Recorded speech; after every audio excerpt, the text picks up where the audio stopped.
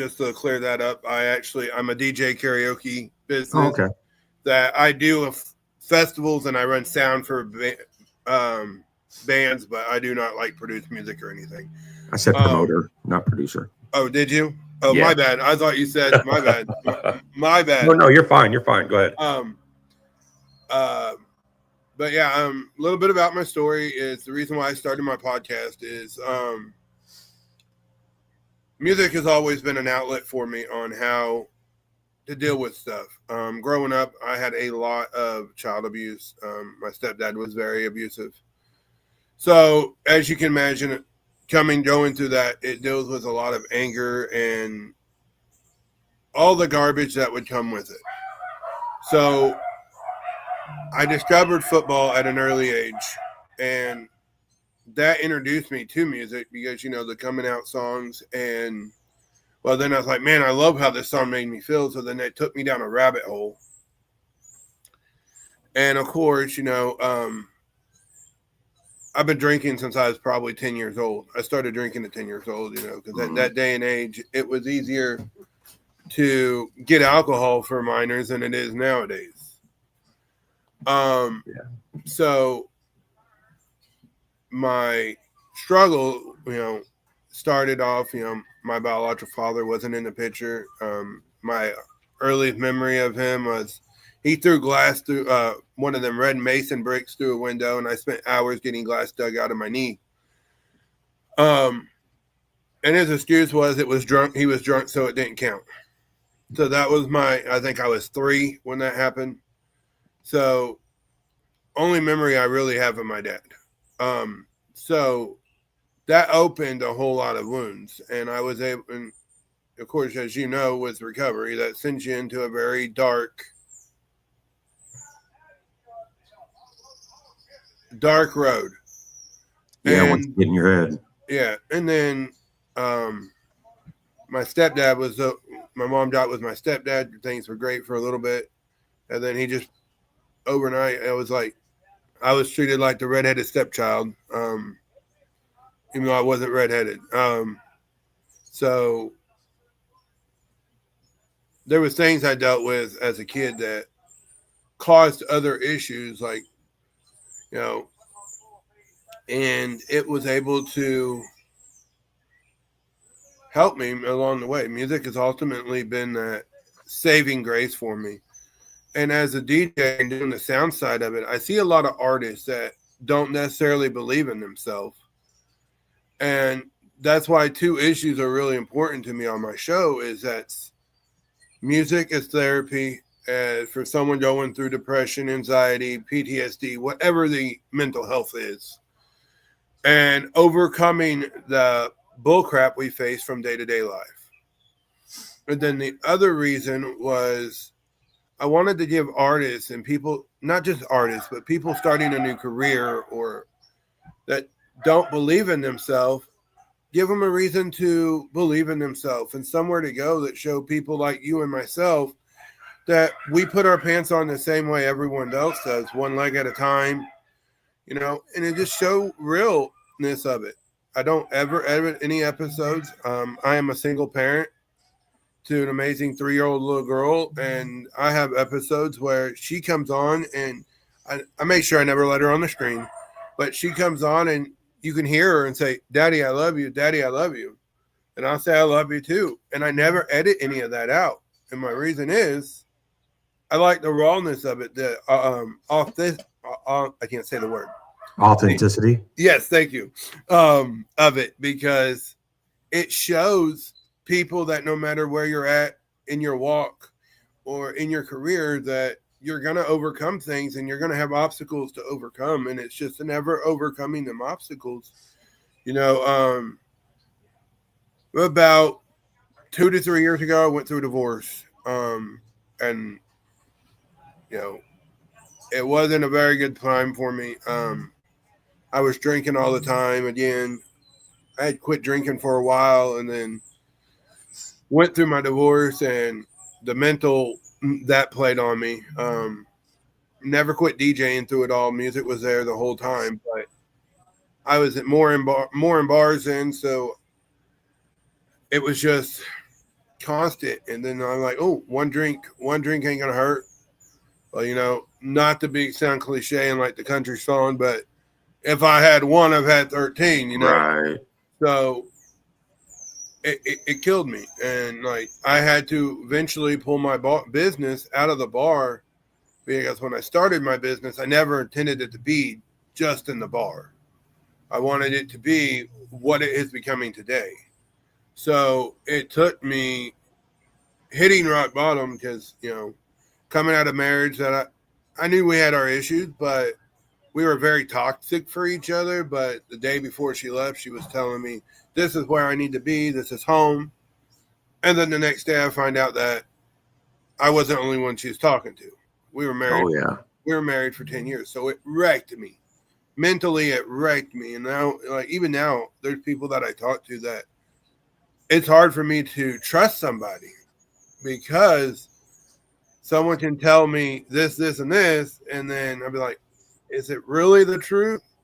So my solution, and I don't, you know, from what I've seen it throughout growing up, was the answer's in a bottle of a bottle, which isn't right at all. You know, I quickly realized that, you know, I was going for sole custody of my little girl, and I had to get my crap together. So I quickly changed gears, and I don't push religion on anybody, but I found religion, and I found a real relationship with Jesus. And between music and that, it has helped me become who I am today. You know, them songs, like, I've always loved the song "What Hurts the Most" by Rascal Flatts. That's a good song. Not their original music.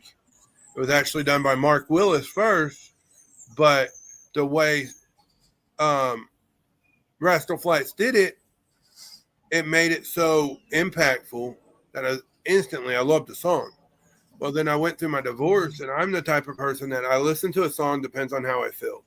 If I'm sad, I'm going to listen to a sad song that will help me process them sad feelings.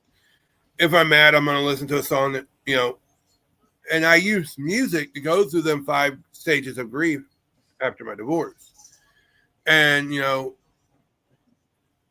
What Hurts the Most resonated so much to my divorce, because, you know, I was where the song had talked about, you know, being so close and watching that person walk away.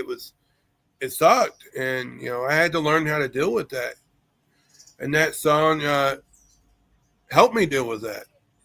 And then, you know, it went from that song to Puddle of Mud, She Hates Me. That was my angry song, because, you know, I was mad, and I was more mad at myself that I was hurting because she didn't care. Because you tried so hard and she tore your world apart. Yeah. So then I got to a point after I'm done being mad. I was like, okay, where do I go from here? The relationship was so toxic, and not to put anyone down, but there was a lot of narcissistic qualities in that on her behalf. And so I didn't know who I was. Like, I could not tell you who Willie was. And even though I never quit DJing, I lost who I was. I knew I was a DJ, but I didn't know, you know, part of my identity was ripped away. You know, the bond with a marriage is what talks about when 2 hearts become one. So initially, when I got my divorce, it was like, okay, I'm missing half my heart. And at that point, I was so mad, because here I am, I'm heartbroken, and she's over here living her best life. So then once I got past that, I listened to, and I'm country to the core, believe it or not. I do have a few songs I listen to that aren't country, but I was raised on that older country. I love old country. And there's a song by Michael Jackson, "Man in the Mirror." Yeah, that was the song for me. That was probably my big turning point after my divorce, is because I didn't know who I was. I didn't know how to be the me I was, you know. And that song talks about, if you want to make a change, you got to start with yourself. So then I did that for a while, and that song helped mold me. And opened doors. Like I started taking line dancing classes and losing weight and just being a better me. Right. Well, then there's songs like Goodbye Times by Conway Twitty. Mm-hmm. It talks about how he's okay that times are over. And then I got to that point, and then I found ultimately I found my joy, my real joy. And I'm not talking the joy I get from a person. I'm talking my inner joy. So then, right. And I went to a church group, and like I said, I'm not pushing religion on anybody, but that helped me along the way because I found a group of guys that I went to church with that I was able to get support. That when I struggled with wanting a drink at 2:00 in the morning, I could call them and say, "Hey, this is where I'm at. Life sucks right now, and I want to pick up a drink." So whether it's a church or a person for recovery, that is so important. Finding that support system that will hold you accountable. I mean, and I think that's probably what really helped me kick the alcohol, is because I was able to find that group of people that could hold me accountable, and I had to be honest with them. And that's when, people don't realize I have a group of people I talk to that help me deal with this. That's great. Right. That's great. But are you being real with them? Are you telling them what's really happened? Or are you painting yourself as something else and you're not being real? So I had to learn that, just because they're not here when I struggle, and there have been times in the last 3 years that I've had a drink, which I'm able to manage it now. But I went to the church the next day and be like, "Hey guys, I failed," or not so much I failed, but I stumbled. Right. And that's the thing. That's where everybody in recovery, that's where, in my opinion, that's where a lot of people beat themselves up. That they think, "Oh my goodness, I had a drink, I failed in my recovery, and then I might as well go back down the rabbit hole." Just keep going back. Right. So to my advice to someone that is going through recovery or starting the process, you're going to have times where you give in. I mean, I'm just being real. But it's how you stop. And, if you have that person like me, if we were talking, I said, "Hey, Jay, I last night I took a drink. Help me overcome that. Help hold me accountable." You got to find that person that you can be real with. That's going to say, with no judgment. Exactly. That's so important, that you got to find that person that not just a one-way conversation, that's going to reach out to you and say, "Hey, Jay, how are you doing today? What are your struggles?" So and I think all that goes back to music, and music can be a tool, and it also can be a hindrance, because there's a lot of songs out there that talks about drinking doing drugs. My baby goodbye. There's a lot of songs out there, but there's a lot of songs out there that talks about why they can't drink, and I mentioned it earlier. If I had one, I had 13. He talks about why he can't drink. And there's songs that talks about losing things because they drink. So if you are struggling with alcohol or addiction, I won't just say alcohol, because addiction in itself, and it can be things like not just a substance, drugs, alcohol, people pleasing. People don't think about that. But people pleasing is an addiction. Absolutely, it is. Codependency, people pleasing. If nobody knows what addiction is, put your phone down for 24 hours and see what type of struggles it is for you to pick it up. Oh, yeah. Honestly, and that just goes to, we got to have strict boundaries. Boundaries, I can't talk about boundaries enough throughout addiction recovery, just feeling better about yourself.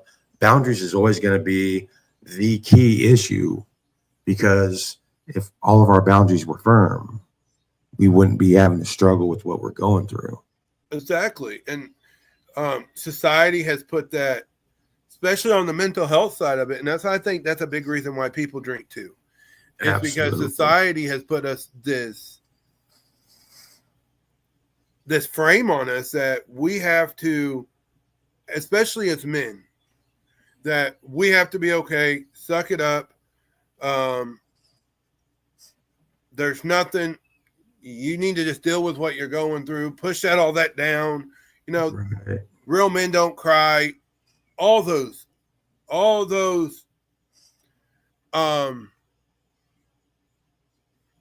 ideals Right. that are garbage, in my opinion. The Because toxic, that's toxic masculinity, what that trait yes, is. yeah, that's what I was And trying to say. yeah. And it's hard for a guy to connect with other guys, you know, and be open and honest with them. And a lot of that And is, sorry, go ahead. and mainly that's because we sit in judgment of each other, you know, because of the way we were brought up, you know, the way you were raised. And you know what? Most of it's because we find ourselves lacking, so we'll judge this other person on the one thing that we are looking in ourselves. And if I don't accept this person for who they are, it's because I see that in myself. And it's more like a projection reflection type thing. So, you know, the best way to do that is, you know, I prayed my God for acceptance of other people, or for me to understand why I don't like this person, or why I don't, you know, so I have to pray to accept other people, you know? Yeah. And it's about, and we talked about it a little bit already, but it really is about finding that support system that is going to be a judge-free zone. I mean, and if on the flip side of that, if you're out of your recovery long enough that you have someone coming to you, you need to be that judge-free zone too. And it's Absolutely. You know, often we get caught up in this, well, I'm struggling with this, but I'm struggling with alcohol, but at least it's not drugs. Right. So then, then we're looking. So you're looking down on them people that are struggling with addiction. And you know what? I look at it this way. You know, this is my little tidbit: is nothing. No addiction is any different. You know, that's right. And for me, my beliefs go into it, which is no sin is different than any other sin. Sin is sin as you paint it out, you know. So if you're looking down on someone, how can they confide in somebody when someone's always looking down on them? Because then that's going to put up that wall and be like, okay, I'm not going to let anyone in just because this guy down the road did this to me. I'm going to put a wall in and not let Jay help me. Right. So that's where we've got to realize that if you're in that addiction, there's people that aren't always judgmental. There's groups you can go to. There's people you can confide into. You know, if it's bad enough, there's places you can get help. Sometimes it's about swallowing our pride, though, and being like, you know what? I can't get through this on my own. I need help. And then early in your recovery and getting sober, you said you found a program. How late? So did you get sober first before you found the program, or did you find the program and it helped you get sober? If we're being honest, I found the program a long time ago, but I quit going to it. It's right. It's called an post encounter. It's a religious group, but I went through some bad crap, so I pulled away from it. Well, then I found Absolutely. it. Then I found it back, you know, because often us as people, especially if you're a believer, when you pull away from God, you're always like, God, why did you do this to me? Right. So in all honesty, our choices are the reason why we go through what we're going through. You know, even for the ones, and not just religious, even for people from day to day, no matter the religion, they do it. You know, society does it. Well, this has happened to me, and it's all somebody else's fault. Right. So, honestly, I was really depressed, and I don't talk about this a whole lot. I was going for a drive and not coming back. Mm-hmm. And my addiction had gotten that bad. And I was like, well, I happened to be driving by the place where this group was meeting, and I said, you know what? And I seen someone a guy I've known for a long time that I trusted wholeheartedly, standing outside the church, and I was like, it was like a light went off above his head, and I was like, I pulled in there, no reason, and then it's just that started it. Right. Connecting with real people about real issues, and there's different programs, if you're not religious, there's the AA, there's stuff out there. NA, you got program for just about anything. So how did you maintain your sobriety in the early phases of recovery? Because that's the most difficult part is the early phases. I would say honestly that support system, being able to call them whenever, especially when I was in the bars. And I quickly realized that I had to get out of the bars for a while, and I did for about a year and a half. I completely pulled my DJ business out of the bar. And I was just going to ask you, how did that work? Being basically right there, working with your addiction all the time. Well, it was right really, there. It was really hard. And finally, I was like, I had it out with the bar that I did, because for a long time I did it for free, and then they started paying me, and then they wanted to tell me how to do my show, and I was like, it was good when you didn't pay me, but now that you're paying me, you want to control my show, right? And I had a lot of problems with that. So I believe it's a God thing, and like I said, I'm not trying to force religion. And my higher power is Jesus Christ. I'm not scared to say it. Okay. Well, I know. I just didn't know how your audience was. So, like I said, no. If they don't like it, they don't have to be my audience. Right on. But I found that it's a God thing. Like I kept saying, I'm going to pull my business out of the bar. It's what I need to do for my recovery at the moment. Well, I never would. Well, then we had a disagreement, and they brought my daughter into it and talked about how I wasn't a very good dad. And it was just really rude, and they brought personal into business. So I was like, well, you know what? If y'all really feel this way, at times Backwood Production parts ways. Right. So I went in, pulled all my equipment out of the bar, and because I was leaving it from week to week, and they were paying me X amount of dollars a week, but I was doing 3 or 4 things during the week. So it really wasn't making that much money, but it was getting my business out there. So I was exchanging one for the other. Right. So when that happened, I completely pulled the switch. I dropped my membership because it was at a members bar. Because I had to be a members to do the DJing. So at that point, I was like, all right, I'm done. I pulled my membership. And my recovery got a whole lot easier I think that was like month 6, between 4 or 6 months, somewhere around in there. Did you have to change your people, places, and things, the friends that you had, and what you did, form new habits? Oh, yes. How'd that work? It was really hard because, like, for me, it's always gone hand in hand. When I was DJing, I was drinking. So I had to learn that it's okay to go to lemonade, because during this I was cutting out soda too. So not only because for me, that was another thing I was addicted to. I was addicted to the caffeine in a soda.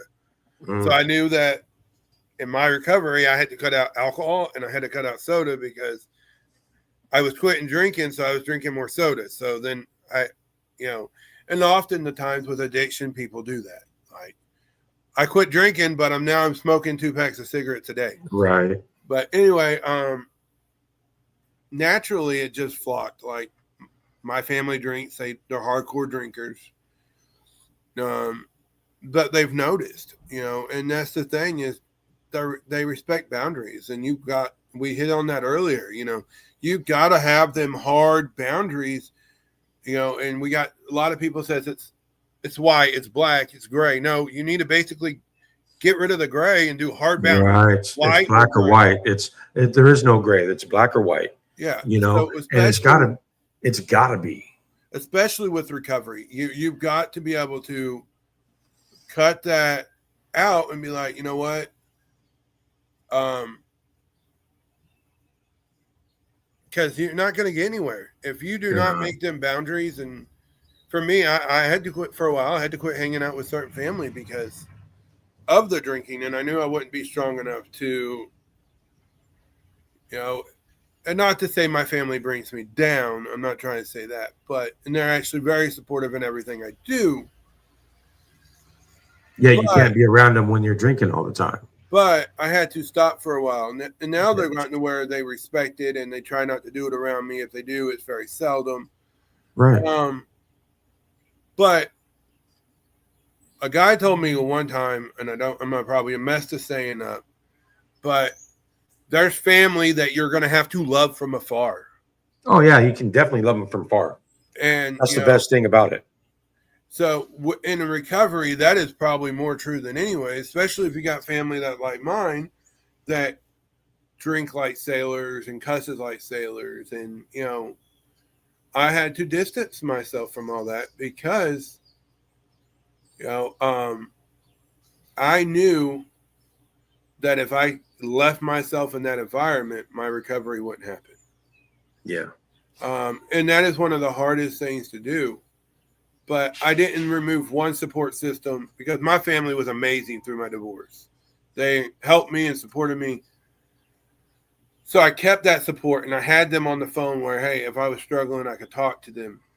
But I found another support system that I could hang out with on a day-to-day basis or even interact with on a day-to-day basis that was more encouraging for my recovery, because people were like, my family was like, well, one ain't going to hurt you. One ain't going to hurt you. So when did you realize that music wasn't only just nice to listen to, but it was actually helping you heal? I realized that at a very early age. I really did. I was,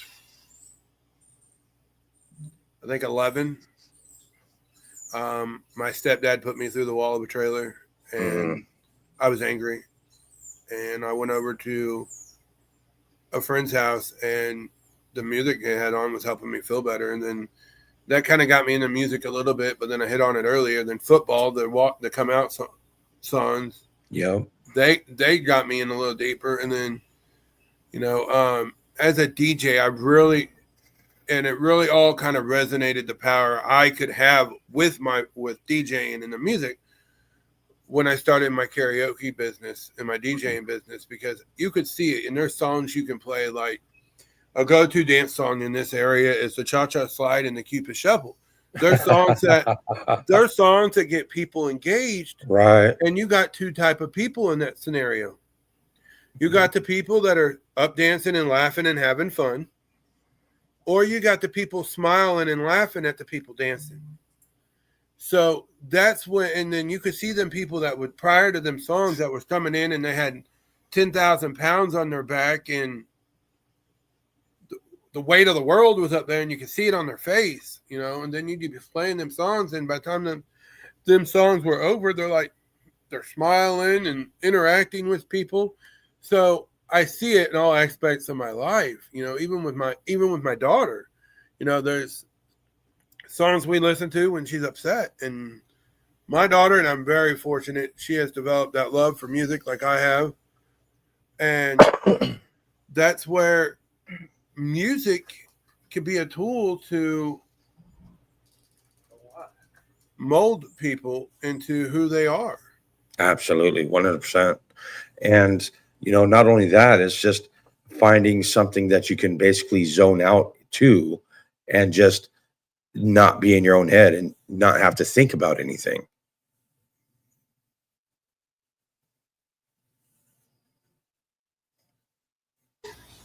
Sorry, I was being talked to.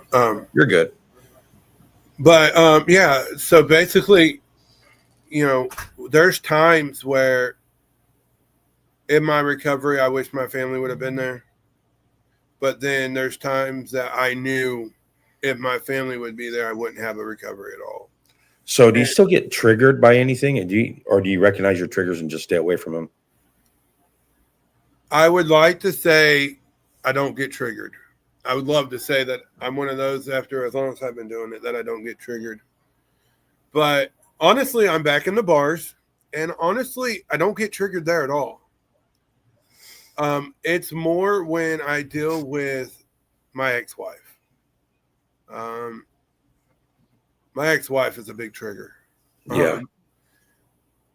Because she's very narcissistic and she manipulates the situation. So there's a lot of issues there that I deal with. And, you know, I've had to, for my mental health, when I went through my divorce, I named a mediator that I'm able to, when things get too hectic, and she's a family friend, though, when things get too hectic, I can pull back from the conversation now. And she keeps me in the loop of what's going on, and she doesn't agree to anything without talking to me. So some relationships like my ex-wife is definitely a trigger. And how do you go through those triggers? I know you're probably very aware of your triggers, like most people in recovery are. How do you deal with those when you have to? How do you deal with it? I still use that same support group. I mean, I have their phone numbers, and now it's not at 2:00 in the morning, now it's earlier in the day because, but I'm able to reach out and, that support system. And honestly, music was important, but I think my support system was even more because, you think of a school of fish. If one fish goes off, they're going to get attacked. Whereas if that school of fish is together, they're less likely to get attacked. Right. So, it's the whole, that community, yes. The community and connection. Opposite of addiction is connection. And when we do start connecting and forming outside of addiction relationships, whether that's friendship or just knowing somebody and being able to trust them and open up to them, that's a bigger bond than anything else. That trust that we get back and that we can give and have in others is what, everybody in recovery needs, is that those people that you can trust. Yeah. I mean, and we hit on it earlier. And I'm just going to keep going to it. I go back to it and I'm sorry, but you've got to find them people that don't judge you. Absolutely. Your addiction will not get better until you can kick the addiction and the people pleasing. Honestly, people pleasing is an issue, and as an addict, or because you're never not an addict. I'm sorry, that struggle is always going to be there, in my opinion. There's going to be things that triggers you 20 years down the road, and I'm sure you can relate to that. There's things that sometimes still triggers, whether you mean it or not. So, and maybe I'm early in it this time, but so tell me more about Soul Impact and what made you create that, and what does it do exactly? What is it? Well, Soul Impact, that's my life lessons, really. I go in and I talk about how music has healed us and allowed us to go through our struggles and overcome them. And I interview artists and podcasters alike. And I'd love to get you on there, actually. Anytime.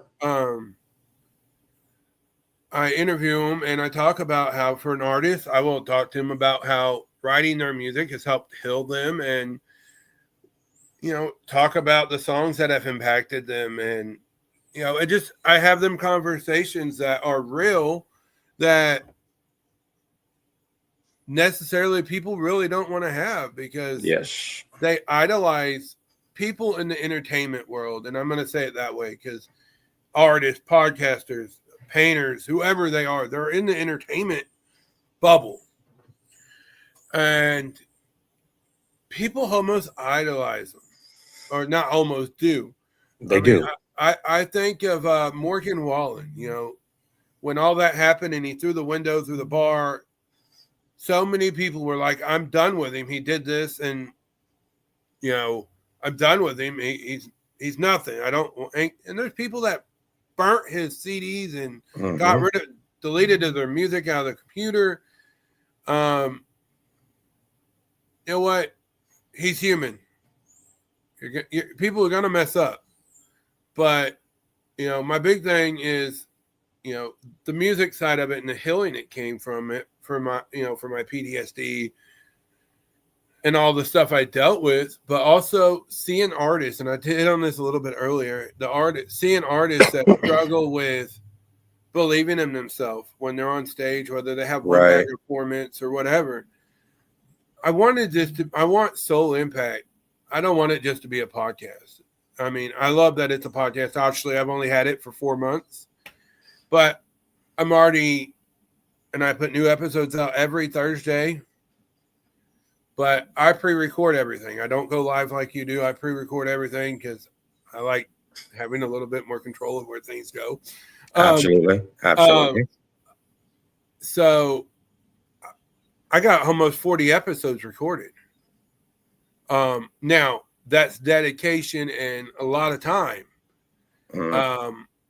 It's just not jumping in front of a computer screen and I'm going to do a podcast. Right. So, and there may be people that can do it that way, but not me. I've been podcasting since I want to say August, and I've gotten so far. This will be episode 50, I think. Well, you're definitely a little further than me. But I'm further along in my opinion, I'm further along in the editing and the part of that. Oh yeah, making my I don't video. do that.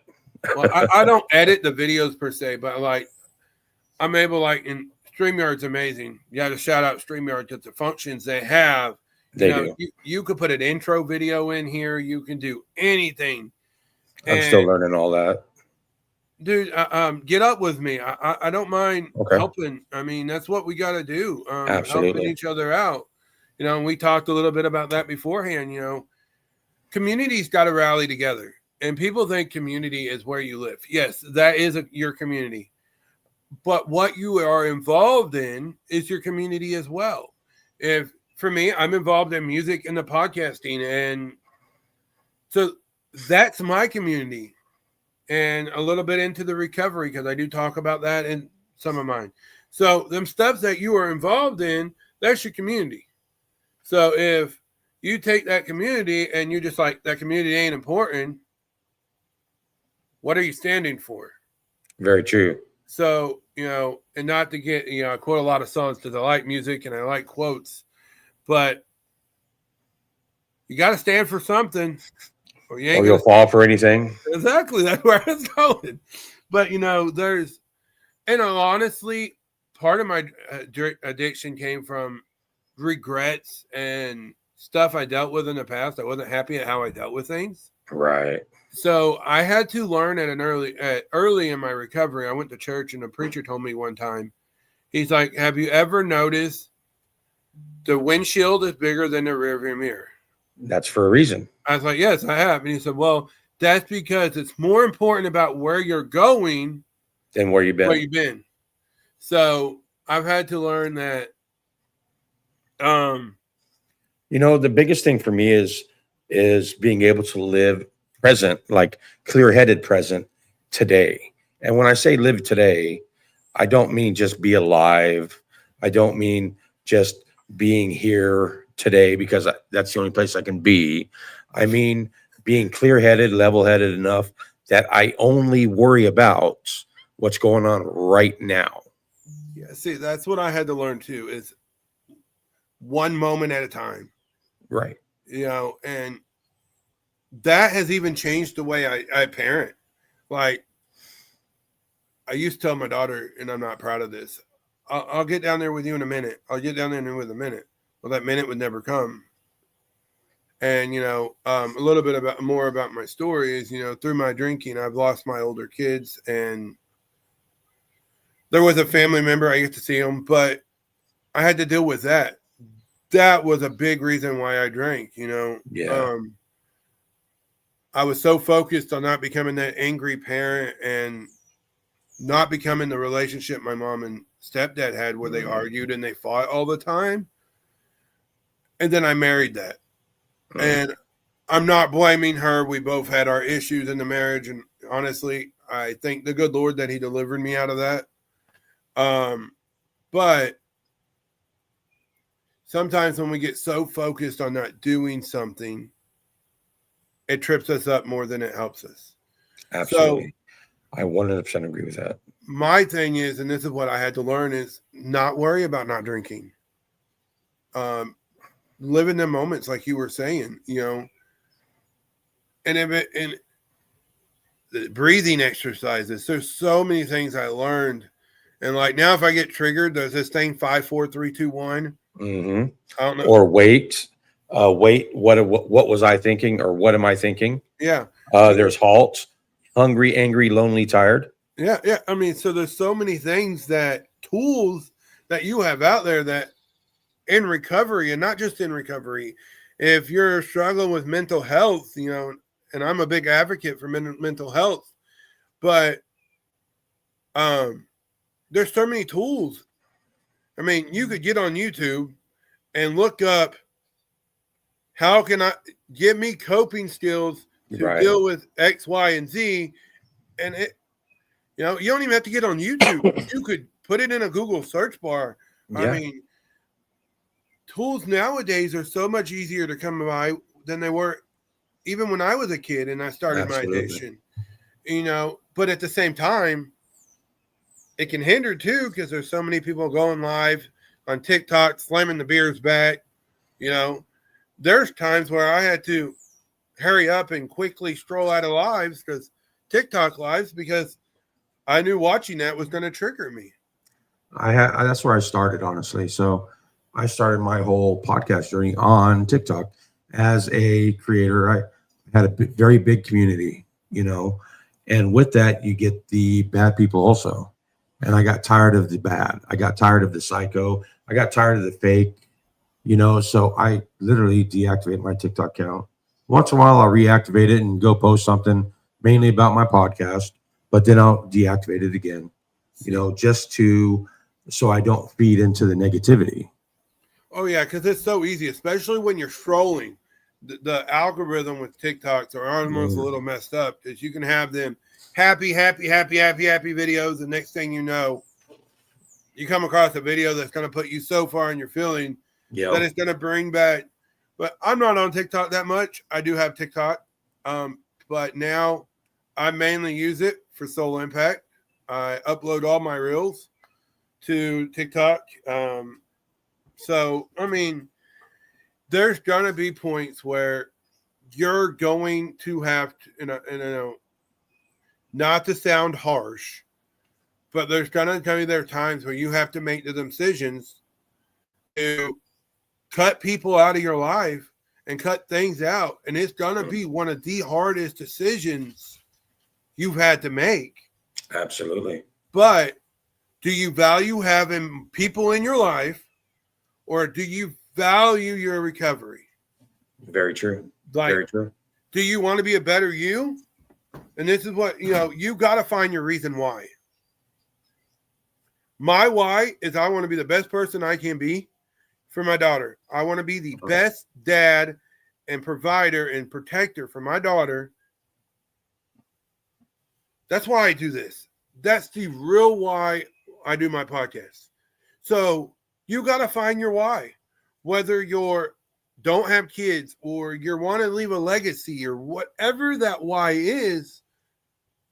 Once you to find your why, especially with recovery, why is it you need to quit doing what you're doing? You find that why, and it's going to get easier. It's going to be able to where you don't struggle as much, and there'll be days where you struggle, but there's going to be. It's not people in recovery have a tendency to compare our lowlights. Everybody, in fact, in the world has a tendency to compare their lowlights to everybody else's highlights. So what you see presented to you is not necessarily the case all the time, So that's why another big one in recovery is building resentments or fostering that resentment type atmosphere, whether it be jealousy, whether it be resentment, whether it be whatever else. Fostering that type of attitude will lead to comparing yourself to others and then having a resentment because this person's way further than they look on the outside superficially way further along. And why am I not doing that good? Why now that's starting to build a resentment, which goes down to a bad headspace for anybody in recovery.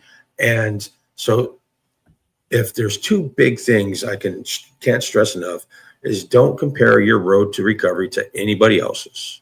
Exactly. And have boundaries. Those are the two Oh. main things right there. For sure. The 100% two best things. And the third is connection. Oh, yeah. So do not compare your recovery path to anybody else. Connect with other like-minded people and have boundaries. Yeah, 100%. Because exactly like you said, just because they're on Facebook talking about how great life is, I know a lot of people, and I got a lot of people on my Facebook feed, especially now that I see them and I know them, and I know what you're doing personally, but you're posting on Facebook that life is so great and life blah, is blah, great, blah blah blah blah, and you inside they're dying. Yeah, and don't be that internet person that paint that picture. If you're gonna use your platforms to talk to people, do it honest. Be honest. Yep. If you're struggling, say, "Hey, I'm struggling with X, Y, and Z." But if not, and you see someone else struggling, you're like, "Hey, how can I help you?" Absolutely. And you talk about connection, and to me, I think connection is so important because if you don't have that connection, and then people that are going to hold you accountable, and I keep saying it because I think it's so important that you've got to have that accountability. You do.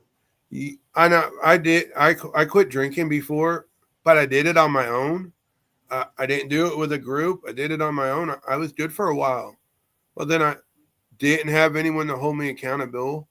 So no one knew if I was drinking or not. So, and I am fortunate that, I did have a rough life, and I should have been addicted to a lot more than just alcohol. We'll just say it that way. And I am fortunate enough that I didn't have multiple addictions to kick when I should have. Because so coming towards the end of this podcast, I ask everybody this hands down across the board. What's one thing you want anybody listening, whether they're struggling with alcohol or drugs, they're thinking about getting sober, they're potentially, they've got that sober curious attitude. What's one thing, one takeaway you want anybody listening to take away? I think my big takeaway would be, if no matter where you're at in the journey, you're not alone, because there's someone that's been where you are. And you just got to remember, take it one moment at a time, one breath at a time. And if you're at the end of the rope and you think you want to get clean, but you don't know how, or just the fact that you're at your end of the rope in general, get help, reach out. There's so many resources. You know what? And I've always been the person. If you need help, reach out to me. I may not be able to relate to your story, but I can find someone that does. So absolutely, my big thing would be that be true to yourself. If you're struggling and you want to get clean, own that. Yeah.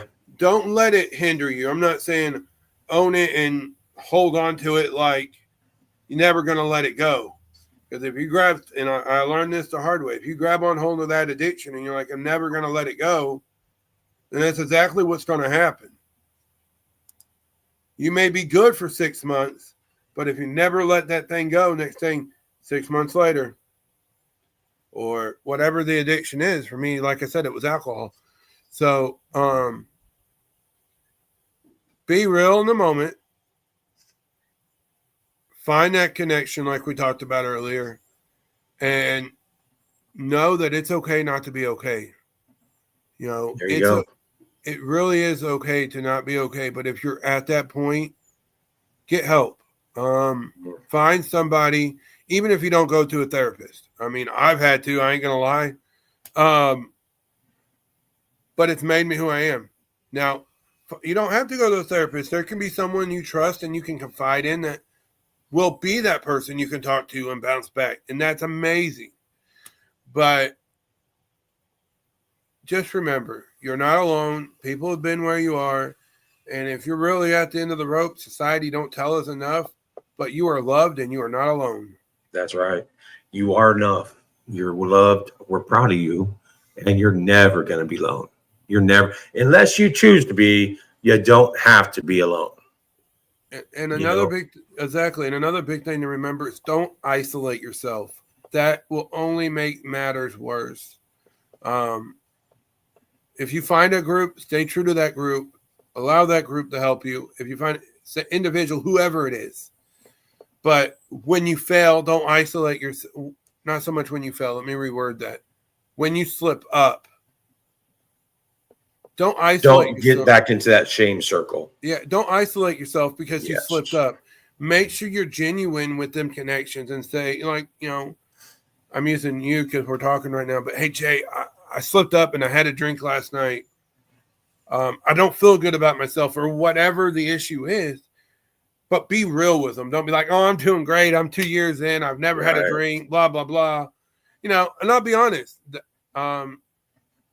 There's been times where I have slipped up and drank,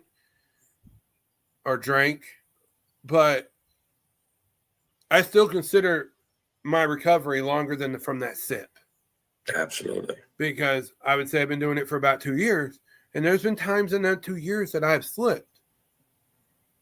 And you can slip and not hinder your recovery, but it's when you go down that rabbit hole. It's when you don't recognize it, you don't hold yourself accountable. It's when you don't recognize the downward trend, or even when you start thinking about it constantly, you're thinking about it, always thinking about it, and it happens.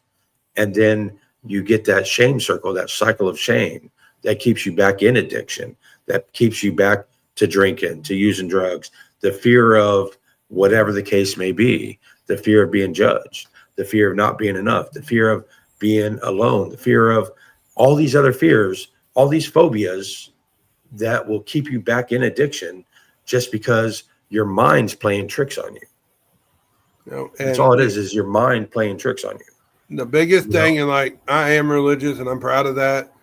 There's a song out there and I don't remember who sings it or even the name of the song, but it talks about letting go and let God do his thing. Yeah, let go, let God. Yeah. You got to find what inspires you, and that is probably most important. But I also learned too, don't do it. And I'm not saying this is going to sound horrible. Don't do it if you're just doing it to please somebody and save something. Right. Because you're really not doing it for yourself. Exactly. Like the first time I quit drinking, it was because my ex-wife told me I either quit drinking or she's gone. I didn't want her to leave. It's not going to work, right? I didn't want her to leave, so I quit drinking. And that philosophy works for some. I'm not knocking that. But for me, I think the true success comes from wanting the freedom from the addiction. Here's another good one. So if you ever feel like you're being triggered, you ever feel like you're going down and you want to, tell yourself, if I still feel like this tomorrow, if I still feel like this in an hour, if I still feel like this, and just keep telling yourself that, if I still feel like this down the road, then okay, yeah, maybe.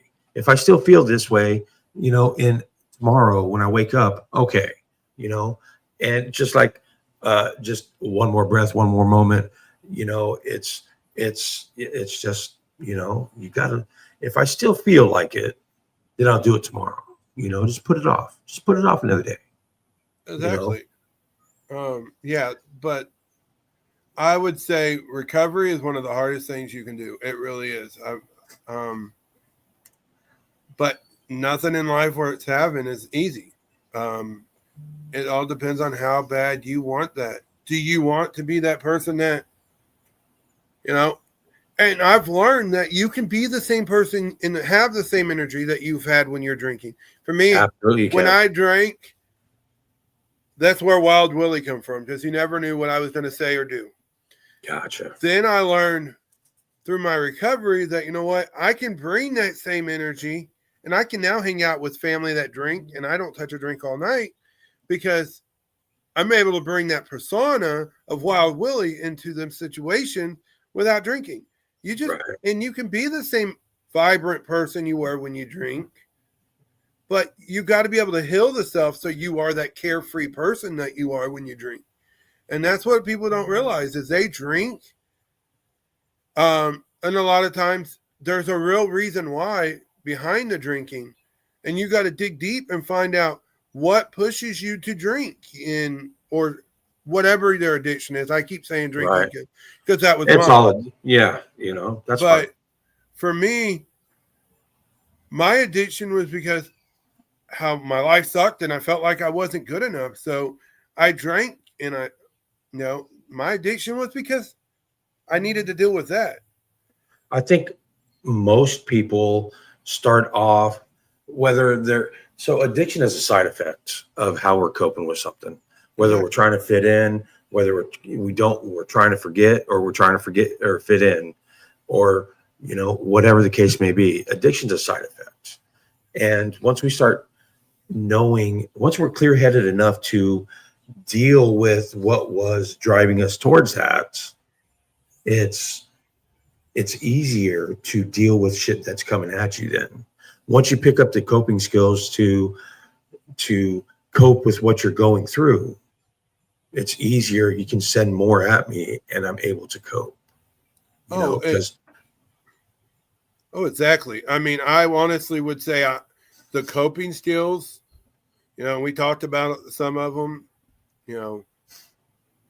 I would not be where I am without coping skills as well. I mean, there's so many factors that goes into recovery, and it's not just you're here for one aspect or this aspect. There's so many different, you think of it as a puzzle. There's going to be different pieces that fit in different places in your recovery that makes a whole picture. Absolutely. 100%. And you got to believe in yourself. There's a saying out, and I can't remember who says it to save my life, but I really do love quotes. And it's one person with a belief is equal to a force of 99 with just an interest. It tells us how powerful it is to really believe in yourself. And there's going to be times where you feel like you're at the end of the rope and you want to give up. Here's another quick, catchy one for you. You win if you don't quit. So, you just got to remember that nothing changes if nothing changes. Right here. Yeah, I was looking at that a minute ago. Yeah, but nothing changes if nothing changes. Exactly. I mean, and you got to be real with yourself. You got to find that issue that you need to deal with. And it's going to be hard, really hard to deal with that issue. And all a winner is a loser that just tried one more time. Exactly. Failure isn't measured by not succeeding at something. It's the first attempt in learning. Failure is when you don't get back up. Fail, only you can tell yourself that you fail. It's another acronym, first attempt in learning, FAIL. First attempt in learning. I've never heard that one. That is a good one too. But, you just got to be real with yourself, and I would say that it's been all easy and uphill, and it's been a green pasture the whole 9 yards. Oh yeah. And I would call you a liar if you said that, honestly. But and that's what I'm saying. I could paint that, but I won't. Right. Because, and I am envious of them people that kick it really easy. I am. I have a guy I go to church with that he quit drinking right at the same time as I did, and I know him. We outside of the church, he has not struggled near as bad as I have. And he's like, I lost the urge, and I was like, must be nice because here I am, and fighting the demon daily. Yeah, and that's why I had to learn, when we hit on it earlier, not to compare yourself, because there is going to be people that recovery comes really easy for. But then there's going to be people, especially if you have an addicted personality, which I do. It's one of the hardest things to kick is that addiction, because what is there to be addicted to if there's nothing there? Absolutely. So, you got to find something something healthy To replace your bad habits. To replace that bad habit. I believe it takes 21 days to break a habit. And it's been proven. And, and there's studies to show that. And there's studies to show the benefit that music. There's a Harvard study that was posted back in 2021, and I don't remember the exact study, but it talked about how music can help you overcome the addictions and struggles in your life. And there's science to all of this, but at the same time, you can't rely on something just because it's what helps you. You are going to have to change the music you listen to at some point with your recovery. At least I did. Because Absolutely. I could not listen to them songs about drinking and be able to kick it. That's just being real. I mean, I still listen to country. I listen to Christian music. I listen to hip hop. I listen to everything. I'm a DJ. I listen to a wide range of music. But I'm very cautious of what I listen to. There was times where I were DJing and I walked out of the room because I didn't want to hear the song that was on. But I come back before the song was over. That way I could finish doing what I'm doing. Absolutely. Because I knew that song would trigger my addictions.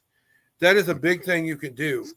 If you're in your beginning stages of your addiction, or of your recovery, write down a list of things that trigger you.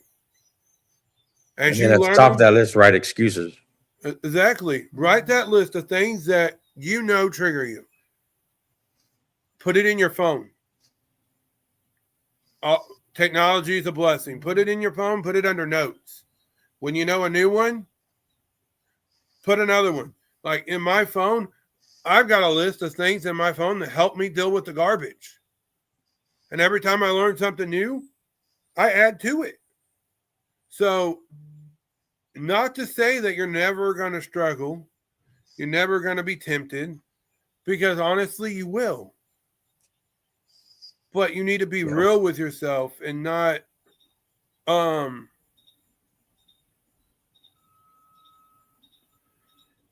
rely on what you've been told. And a lot of times we do find out for yourself. Learn yourself. Absolutely. Exactly. Do your homework. If you're interested in any of the techniques we talked about, look them up.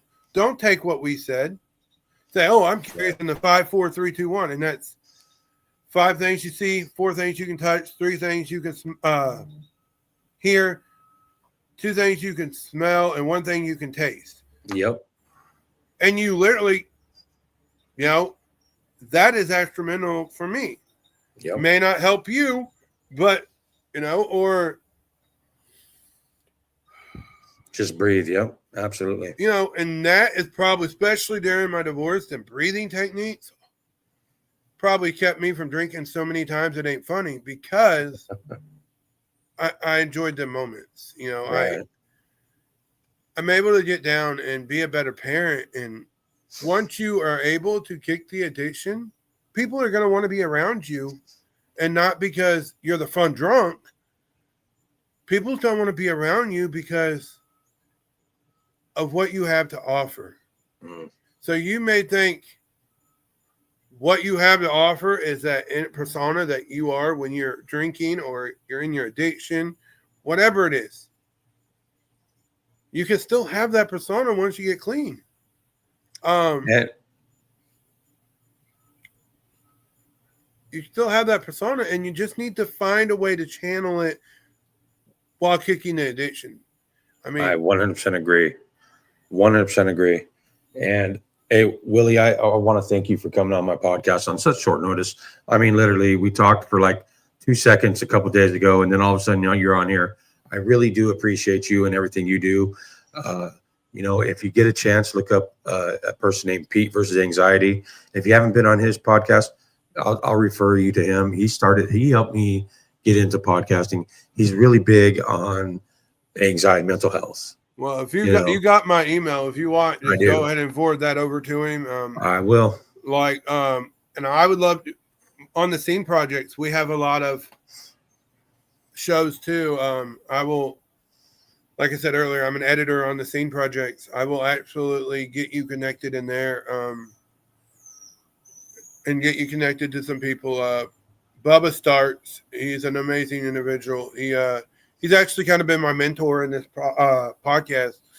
I met him at one of the events I did, and he actually I told him about this idea, and he's from South Dakota. A couple days later, he calls me and he says, Willie, we're going to make your vision a reality. Let's just do it. So the June 11th, and I can tell you because I remember the day, was my very first interview I ever did, and it was with Bubba.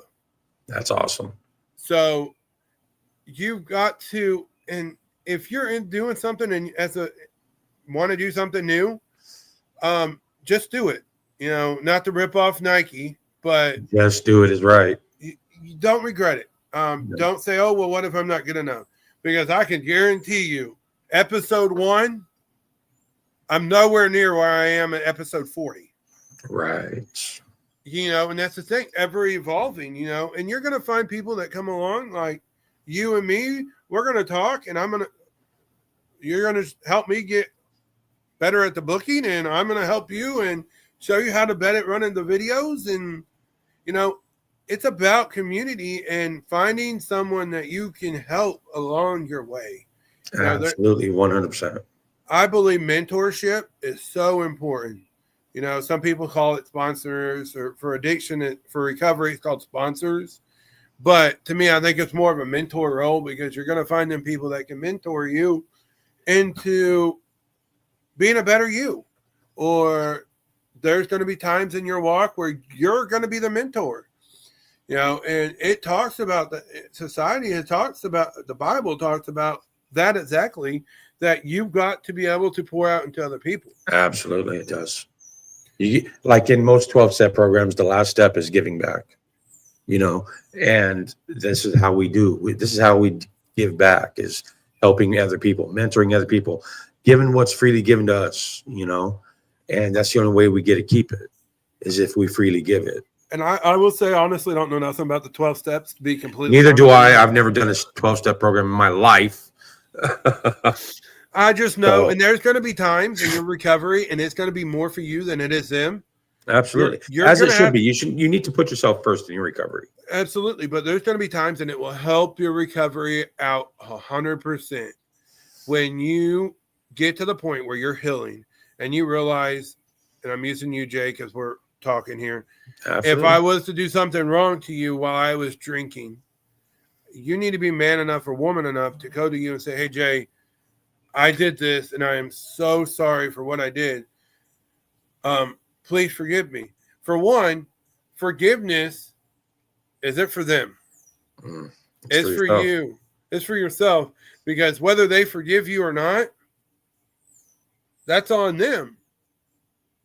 But asking someone for forgiveness or forgiving someone for what they did, that helps you out. That shows you that you are healing and you're becoming a better you. And ultimately, that's the power of recovery, is becoming a better version of yourself. Absolutely. And on that's our podcast for today.